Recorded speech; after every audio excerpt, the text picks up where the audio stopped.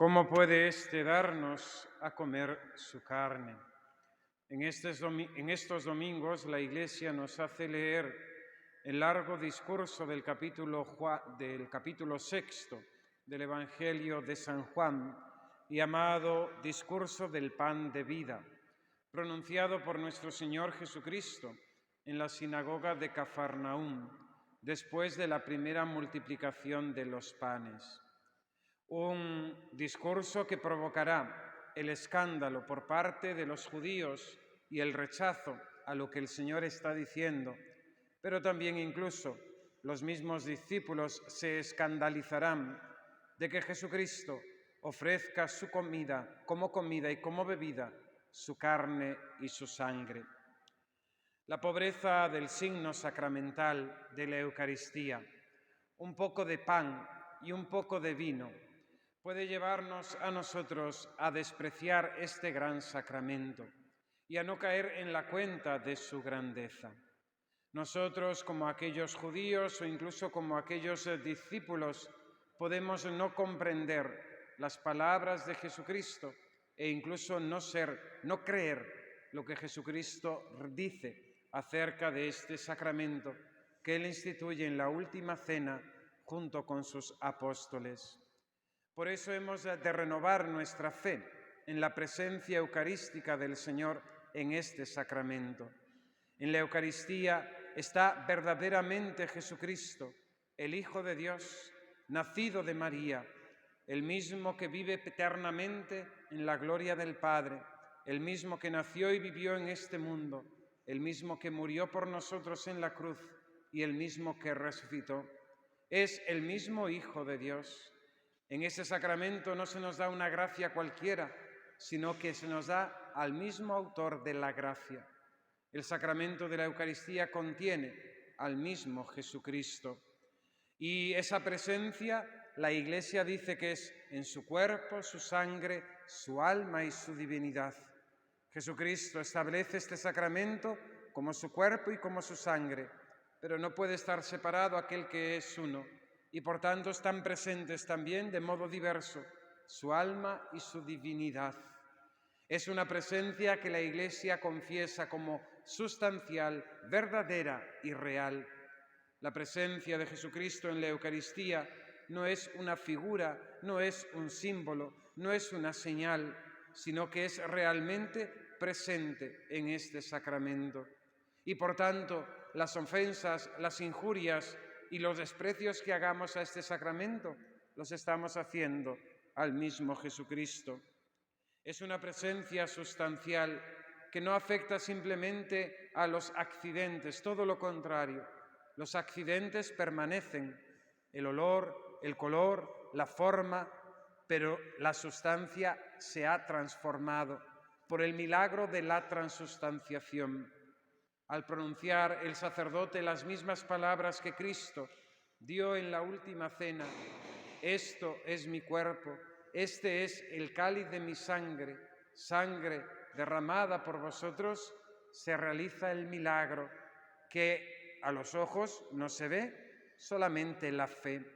Los sentidos niegan lo que la fe afirma, el entendimiento no llega a comprender lo que la fe comprende. Pero nosotros hemos de afirmar con la fe que Jesucristo, verdadero Dios, verdadero hombre, está en su cuerpo, su sangre, su alma y su divinidad, real, verdadera y sustancialmente en este sacramento. Y es una presencia real que no depende de la afirmación nuestra o no. Lo creamos o no lo creamos, Jesucristo está presente. Y esto ha movido a la fe en la Iglesia al debido respeto que hemos de tener a este sacramento. Hemos de darnos cuenta de los efectos que la Eucaristía realiza en nosotros. Los judíos se preguntaban cómo éste puede darnos a comer su carne. Y Jesucristo afirma tajantemente: si no coméis la carne del Hijo del Hombre y no bebéis su sangre, no tenéis vida en vosotros.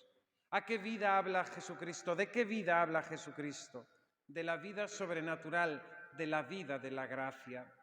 Pero como estamos totalmente convertidos al materialismo, que pensamos que somos simplemente un poquito de unos animales evolucionados, que no tenemos un alma inmortal y que no necesitamos tener vida sobrenatural, se desprecia este sacramento. Pero nuestra alma necesita ser alimentada y Jesucristo instituyó este sacramento para nuestra alma y para nuestro cuerpo, para ser alimento de nuestra vida. Y esa semilla que se siembra en nosotros cada vez que recibimos al Señor en nuestro pecho, va realizando su obra santificadora en nosotros, concediéndonos la gracia. A través de la Sagrada Eucaristía, cada vez que comulgamos, nos unimos más a Cristo nuestro Señor y como consecuencia de ello, nuestra pertenencia a la Iglesia se hace más fuerte y asimismo también a todos aquellos que forman parte del cuerpo de Cristo, la Iglesia, nuestros hermanos, los bautizados. Formamos parte de Cristo al recibirlo en la Sagrada Comunión, porque Él mismo, al revés que pasa con los sacramentos, nos asimila a nosotros. Cuando comemos el alimento somos nosotros los que asimilamos las proteínas, las propiedades de esos alimentos. En la Eucaristía pasa al revés.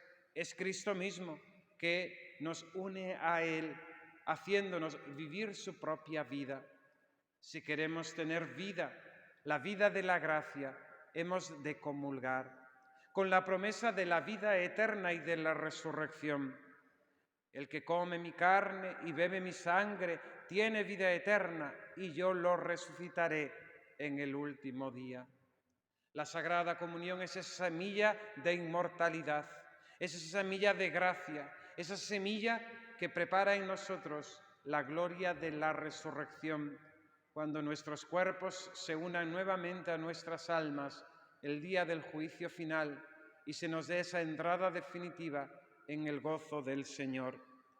La Eucaristía conserva, fortalece, renueva la vida de la gracia. Si recibimos la gracia de la redención en nuestro bautismo, se fortalece por la confirmación. La Eucaristía es ese alimento diario que el Señor ofrece a sus hijos para tener fuerza, como el alimento del cuerpo, como el alimento en este mundo. Tenemos que comer para vivir, para tener fuerza y sobrellevar la vida. Qué hermoso es el ejemplo de la Sagrada Escritura que se nos leía en la primera lectura, de este profeta que deseaba ya la muerte y en cambio el Señor le dice, come y camina, y caminó durante 40 días y 40 noches, símbolo de la propia vida. Ese es el alimento que el Señor nos da para tener vida en nosotros. La Eucaristía renueva, fortalece, acrecienta la vida de la gracia en nosotros. La Eucaristía nos perdona también por vía de caridad los pecados veniales que cometemos, incluso sin darnos cuenta.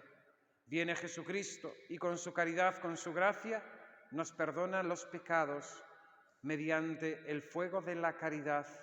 Y la Eucaristía nos preserva de los pecados mortales. Por eso recibir la Sagrada Comunión se convierte también en medicina para nosotros, para no morir eternamente, porque el pecado es muerte eterna de nuestra alma. Pero hemos de caer en la cuenta de que hemos de recibir bien la Sagrada Comunión. No podemos acercarnos al sagrado banquete de la Eucaristía de cualquier modo. La Iglesia nos exige estar en gracia de Dios, no porque sea una exigencia de la Iglesia, sino que lo exige el mismo sacramento. No podemos recibir el sacramento en pecado mortal y no podemos recibir el sacramento, por tanto, sin confesarnos con frecuencia. Hemos de confesar con frecuencia para recibir dignamente la Sagrada Eucaristía, pues el mismo apóstol San Pablo a los cristianos de su tiempo advertía: el que come y bebe el cuerpo del Señor sin discernimiento en pecado mortal, come y bebe su propia condenación. La Sagrada Comunión no es un derecho. Estamos todos al tanto, ¿verdad?, de esas propuestas por parte de algunos eclesiásticos y de algunos, vamos a decir, grupos de la Iglesia, de que gente que está divorciada, vuelta a casar, quieran comulgar, de que personas que estén viviendo en adulterio se acerquen a la Sagrada Comunión, o incluso personas con prácticas antinaturales, que viven antinaturalmente, se acerquen a la Sagrada Comunión. La comunión no es un derecho, es una gracia, y el mismo sacramento exige estar en gracia de Dios. Y aún estando en gracia de Dios, fijaos que la Iglesia, antes de recibir la Sagrada Comunión, ¿qué nos hace decir? Señor, no soy digno. Señor, no soy digno de que entres en mi casa, porque es una gracia inmensa que no merecemos, fruto de la bondad del Señor. Por eso con el salmista decimos: gustad y ved qué bueno es el Señor, este Señor que quiso darnos este alimento. Hemos de estar en gracia de Dios, y la Iglesia nos exige también guardar el ayuno eucarístico, no comer ni beber nada excepto agua antes de la Sagrada Comunión, al menos una hora antes, al menos una hora antes. Las personas mayores recordaréis cómo antiguamente desde la medianoche no se comía nada ni se bebía nada para poder recibir la Sagrada Comunión al día siguiente, con incluso la sensación de hambre física, para que avivase en nosotros los deseos y los sentimientos de recibir a este pan de vida. Es bueno practicar el ayuno para recibir la Sagrada Comunión, porque nos dispone corporalmente, pero también espiritualmente, a recibir mejor a aquel que viene a saciarnos con su gracia y con su presencia en nuestras almas. Además, el Catecismo nos refiere que hemos de tener un espíritu de recogimiento y de oración para recibir a la Sagrada Comunión. Tristemente, muchas veces se ve como las filas de la comunión son una rutina más de comportamiento. Vamos a la Sagrada Comunión porque es lo que toca.